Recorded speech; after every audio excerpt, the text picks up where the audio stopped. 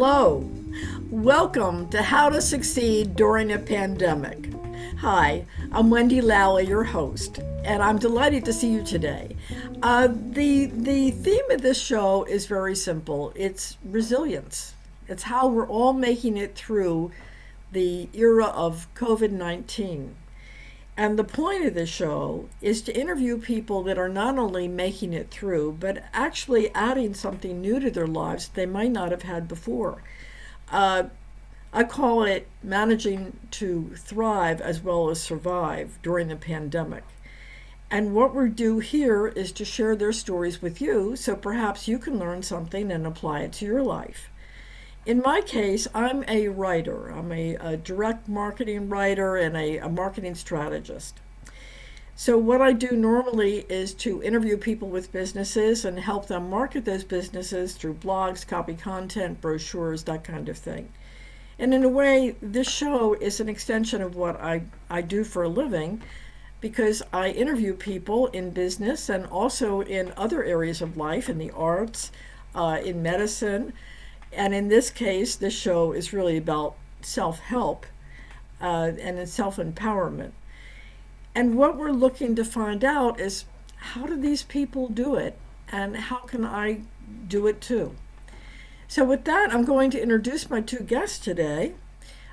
First, we have Debbie Steinberg. Debbie is a Hi, health Wendy. coach. Hi. And she is going to tell you about her business and how she coaches people and what led her to that profession. Because actually, Debbie's also a school librarian, so she's multi-talented. But in the course of dealing with her own health issues, she's learned to help others. And our other guest is Donna Codrell. Is that right? Codrell. Codrell. I'm sorry. I want to put an R in there for some reason. Donna Codrell. And Donna has a really a very touching and inspiring story she's going to share with all of us. She also is a health coach, and she's a representative of two health products that she's going to tell you about. In addition to that, she's an author of a book about her family situation and how they managed to deal with a really terrible illness, cystic fibrosis. So I'm going to stop talking now and let my guests talk for themselves. Debbie, how about if we start with you? Would you tell us your story and sort of give us your elevator speech and Sure. go on from there? Thank you. Like you said, I'm a high school librarian, and I found myself in a terrible position. I was the heaviest I've ever been. I was just out of a terrible marriage, and I had diabetes that was not under control. And I was heading down a very, very dark path. And I noticed that a friend of mine had been thriving, as you say, very much. And I spoke with her. I said, I really have to do something. This is ridiculous. I'm not okay. I'm sick and miserable and tired. And she said, you know what? So was I. And I'm really glad you said something. I'd be thrilled to help you. And she introduced me to a fabulous community and an incredible program that really helped me turn things around. First and foremost, I was able to get off 2 of the 3 diabetes medications that I was on, and relieve myself of lots of crazy things, in addition to losing 50 pounds on the program. So that's how it helped me. And then I just couldn't be more excited and passionate about it. So therefore, now I am helping other people as well. Yeah. That's great. And Donna, how about if we hear from you? What's your situation? Okay. I was always into sports and nutrition. And in my teens, I worked for a physician's practice and learned how important health was. So 18 years ago, my niece, who's an internist, introduced me to a company called Juice Plus. And Juice Plus is fruits and vegetables in a capsule or a soft chewable. Children between the ages of 4 up through college can get it free as long as an adult is participating, and that can be up to 4 years. So I learned about it. I knew I wasn't getting 9 to 13 servings of fruits and vegetables in my diet. And I knew that the ones that we do get at the store are depleted of nutrition because they pick it too early. Buy a banana and it's usually green. Well, that's picking it too early and the nutrition is gone. It's not 100%. With Juice Plus, they pick it vine ripe. So you get every bit of the minerals and the vitamins and everything in it in your system. And how can you eat that many? You usually won't, can't, or don't. And it's just impossible. Most people, especially children, they don't like vegetables. So this is a wonderful way to bridge the gap with what you eat and what you should eat. Well, in my life, my husband was diagnosed with stage 4 lung cancer, and my colleague knew that I was interested in the CBD hemp industry. So she introduced me to another company called Zanesta International, and I knew that CBD did wonders for cancer, so I got involved with that, and I'm working with the #1 nutraceutical formulator in the world.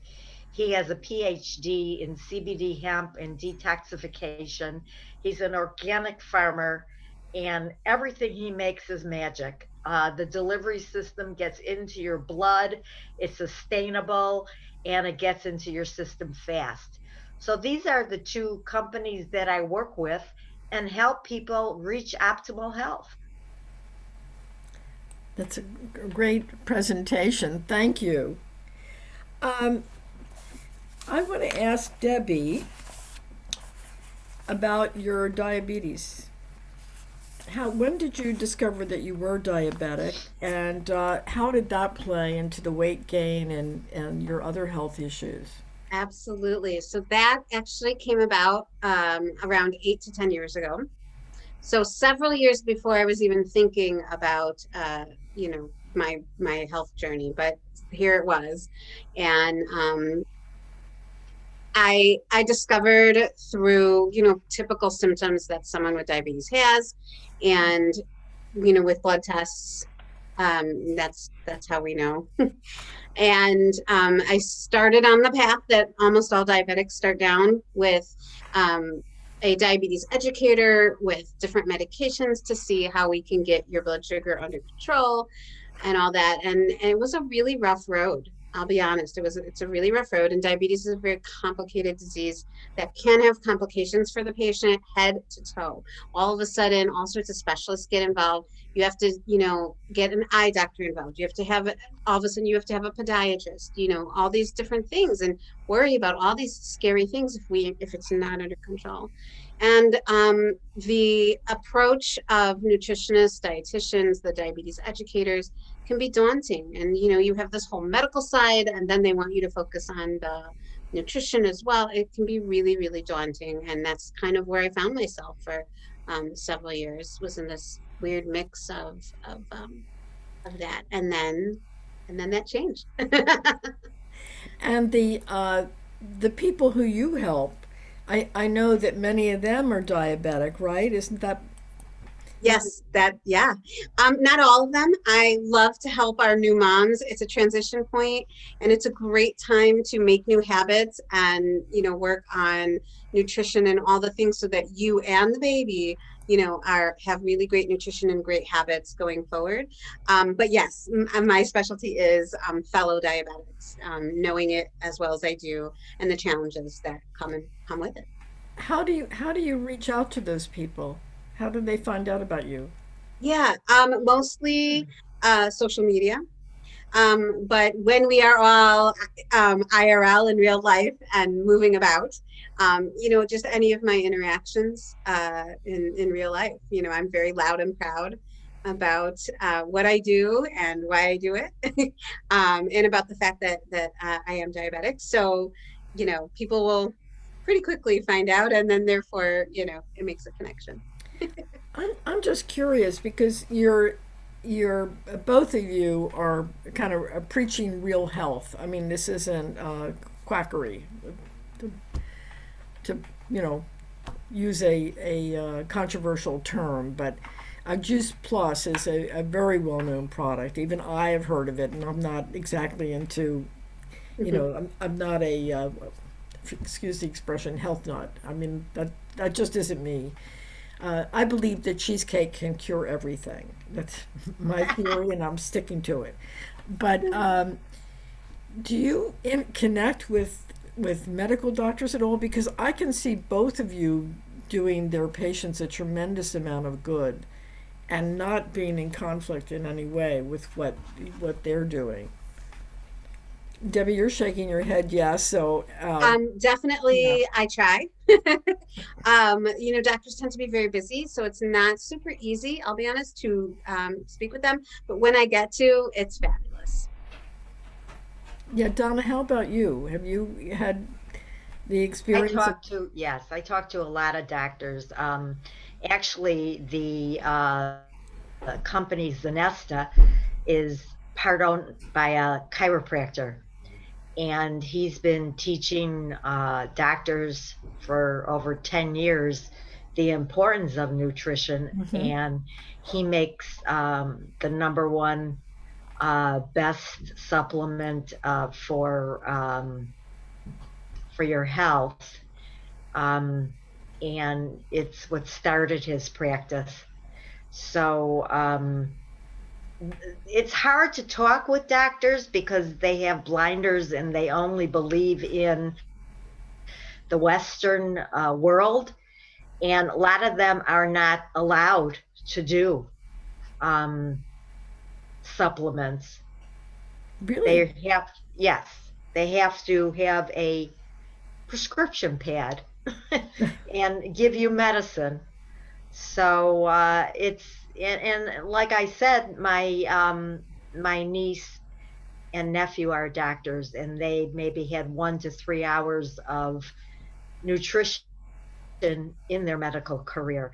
So doctors don't know much about it. And like Debbie said, they're busy, so they're not willing to take the time to learn about it. I've been to two physicians who were wellness, I would say wellness based, in that they understood that if they could keep patients from having to see them, it would be happier all the way around. The problem was the insurance I had didn't cover any of the things that they suggested that I take, and they acknowledged that just they weren't crazy things, but they were like forms of vitamins or whatever that just weren't, the insurance wouldn't pay for. That's one of the problems. It absolutely is. There's definitely a need for like legislative advocacy when it comes to health and wellness and that kind of thing, and what is covered and what isn't covered. And yeah. Now, I spoke with a elderly woman on Medicare, and she wanted to do the CBD, but because the insurance wouldn't pay for it, she had to do pain medication, which is very sad. Yeah. Because those medications put a bandage on it. They're not really helping the cause. And natural ingredients and plant-based nutrition helps you with inflammation, and inflammation is the cause of all disease.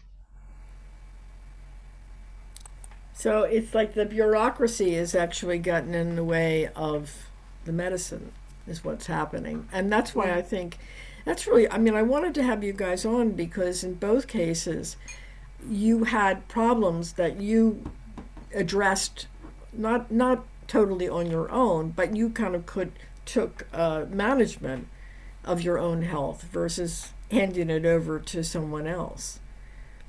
And Donna, I'm going to ask you to tell us the story of your daughter, because that kind of encapsulates all that we're talking about. How she was diagnosed, and really her life story. Jennifer was born with cystic fibrosis. We did not know because there were no signs. She thrived, she doubled her weight, At 6 months, she tripled her weight at a year. So all those things were, regular. Um, we're little people, so she was a little person. But she started coughing, and I took her to an allergist, and they put her on medicines that dry you up. That's the worst thing for a cystic fibrosis patient because their mucus is very, very cement like. And if you dry it up, you could kill her. Well, it ended up she did end up in the hospital. And in order to figure out what she had, it was called a sweat test. And that's checking the salt content in your sweat. And that's how they detect CF, because you have a very high level of salt. In fact, if you would kiss Jennifer, you would taste salt on your lips. So she was diagnosed with cystic fibrosis, and the doctor said, well, let's make sure, maybe isn't, and we'll send her to Children's Memorial. And I knew in my heart that she probably had it. She went to Children's Memorial. They told me she had it. Cystic fibrosis is a genetic disease. Both parents have to have the copy of the CF gene. If one parent has it, you will not get it. You could just be a carrier. 1 out of 4 of my children will have cystic fibrosis. And that's why I only had one child, because I wasn't bringing in another sick child into the world. We had to do a lot with her. We had to do something called postural drainage, which is the cupping of her chest. And here she is 2.5, and I'm beating her on her chest. So I made it into a game. I told her she was a drum. I started singing, and we just laughed a lot. So she became aware of what she had, and I told her at different stages of her life what she could expect. At 10 years old, she asked me, am I going to die? And I said, you know what, Jennifer? A lot of children with cystic fibrosis do die. We're going to take good care of you. And we're going to, when they find a cure, if and when, you'll be a candidate for it. And we just live our life the best we can. As I told her, our lives are like a poker hand. You get a hand, you get the cards, and you play it the best you can. And like I always say, if you have lemons, make lemonade out of it. So we were on a new normal. We treated her as normal as possible within reason, and she grew up to be a beautiful young lady. They told me that she would live to 15. Jennifer passed away a month before her 44th birthday, which was 5 years ago. So she once said, she was married for 18 years, and she said to her husband, I don't understand. I do everything right, and yet I'm still getting sick. And it just was the horrific disease that she had. She took wonderful care of herself, never forgot to do her own exercise that she had to do. And there were a lot of patients that did not do it and did not make it to an older age. And because she got older, she also became a diabetic because it was CF related. And they didn't know that because the kids didn't get, old enough to get diabetes. And the problem with that is they fight each other. With being a diabetic, as Debbie knows, you have to have a low-fat meal. And with CF, you have to have high fat. So the doctors felt that she should just have the high fat, whatever fat content she wanted. And she took insulin to counteract everything. And then I know that your husband became ill too, and you were dealing with that as well. Yes, my husband became ill in 2012. He was diagnosed with stage 4 lung cancer. They gave him 6 months to live. I doubled up on all the Juice Plus products because that's the only thing I had at the time. And I gave him almost 5 years. So nutrition does help. And I think people need to think more so of putting good plant foods into their body rather than medicines that give you side effects and then adding more medicine to counteract the side effects. And the other thing that we I think all agree helps too is a positive attitude. And I want you to show your wonderful book that you and your husband worked on Yes. about your life with Jennifer. When Jennifer passed away, on the way home from Florida, because she lived there her last 5 years with her husband of 18 years, I wanted to write a book because I didn't want anyone to forget about her. And I wanted to help others that had health challenges or any challenge. Because if they see the way she lived her life, because she was my hero, they will see that if she could do it, they could do any challenge that comes their way. And my book is There Are No Alligators in Heaven. And you have to read the book in order to find out why. No, tell us what where No, the I title can't. comes from. And here is my family on her wedding day, which the doctor just kind of said it would never happen, but it did happen. And she married the love of her life. And she graduated college in 4 years. She was a marketing major. And my husband was an insurance broker.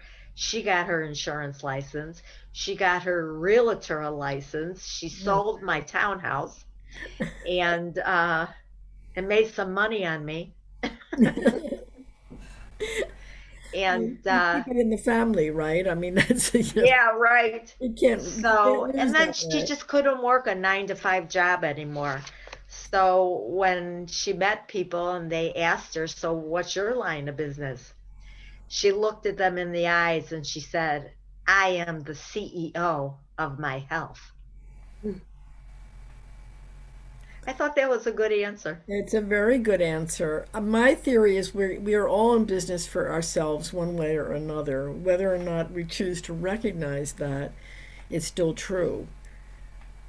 Because otherwise, you're at the mercy of whoever it is, whatever company you're working for, and who then decides maybe they don't want you to work for them anymore. And then where are you? But if you see that company as a client of your business, then okay, you lose a client and you move on to the next. So anyway, that's my philosophy, and it's how I've conducted my business for the last 25 years. What happened when you wrote the book, and then how did you get it published? So I met this woman who we had a friend that thought that we should meet each other because she was in the wellness industry. And I'm wondering if he knew she lost a child. So we met and we were talking. I found out she lost a child. So we really had things in common. She wanted to write a book, but I don't think she ever did. And I said, I want to write a book. I says, I have no writing background whatsoever. And I don't know, where to go or what to do. And she says, I might be able to help you. I says, oh, really? So she introduced me to my publisher, Rod, and he has a foundation called Starshine Galaxy. And it's a foundation, and it's all about people that lost their children. He also lost a child. And so the three of us had a lot in common. And he came to our house with Angela many, many times and interviewed us. And The last time he was going to come was in December of 2016, and he was supposed to come on the 16th. And I said, my husband was in hospice in our house. And I said, no, he's not going to make it that long. I just knew it. And I said, you have to come on the 12th. And sure enough, my husband died 2 days on the 14th before we finished the book. Mm-hmm. Unfortunately, he didn't see the book published because it was published May of 2017. And it's been wonderful. It's helped a lot of people. Where is the book being sold? So the book is being sold at Amazon, bookstores, libraries. I've even had it in hospitals in their gift shops. And you can get it on, I have a digital card, which is Donna Codrell thebumpcard.me. And you can find out all about me on that digital card and learn all about my products and the book. And you can order it on that too. We'll put all of that up at the end slide. Okay, great. When we close. And we're really sort of wrapping up, coming to the end of this program, but I wanted to ask both of you, what would you like people to know, one, about your health practice, but also kind of good advice going forward to deal with their own health and lessons that you've learned in dealing with what you've dealt with? Debbie, why don't we start with you? Okay. For me, the most powerful part of what I do is it's the combination of all the important ingredients: coaching, nutrition, support, education, all those pieces. And that's the magic when you put all of that together. As far as advice in terms of, everybody's journey, I would say two things. Number one, you're not alone, and there's a lot of us out there that have done it and that know how to help maneuver through certain things, so please seek us out. And the other is that the power of purpose overrides the pain of any problems. So if you have purpose and a why and a goal, you can get through any of the pain of the problems that are happening. That's great. And how about you, Donna? I feel having a positive attitude is very, very important, because positivity brings a lot of good things in your life. We all have negative things. The pandemic is one of them. And especially now is important to add good nutrition in your diet. And when you go to the store, read the labels. If you can't pronounce what's on the labels, don't buy it. Well, I want to first thank my guests for joining us today and for sharing your stories with us. And I also want to thank all of you for coming today, and to remind all of you that we're on every Monday at noon at 216thenet.com, and I hope you'll come back. And we are also on Facebook and YouTube. If you go to Facebook and go to Succeed in a Pandemic, you'll find this show on a video, and I hope that you'll like it and you'll share it with others. And all of our other shows are up there as well.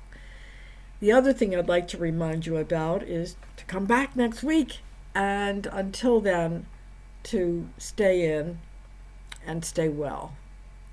Thank you. Thanks, Wendy. You're welcome. Thank you.